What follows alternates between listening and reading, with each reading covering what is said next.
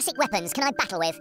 Classic weapons, we've still got the concrete donkey, the holy hand grenade, your airstrikes, the old one, and of course the sheep, so fans shouldn't feel worried that we've left out the classics for some of the newer weapons that we're adding into Revolution.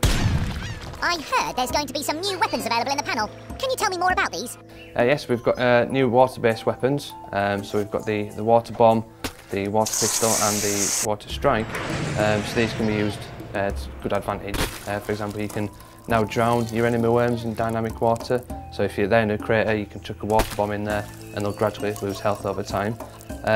You can also use it to push your enemy worms into different positions or even push them into the base wall, which is good fun. But you can counter this with the plug hole.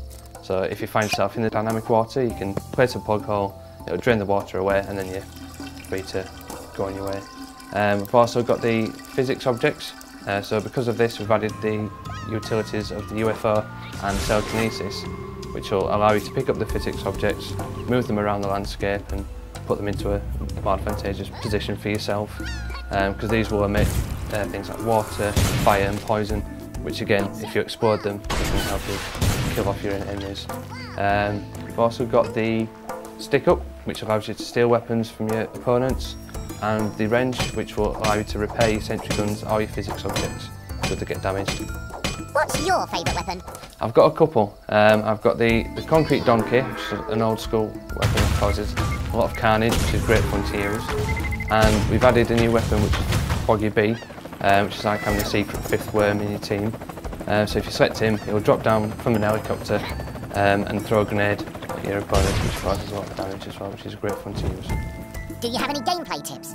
Yes, because of the new physics objects that we've added, it's use these wisely. So again, if you put them in the right area, you can use them to kind of push your worms into different areas or create extra damage. So using these in the right way will definitely help you. And with the new class system that we've added, use these again.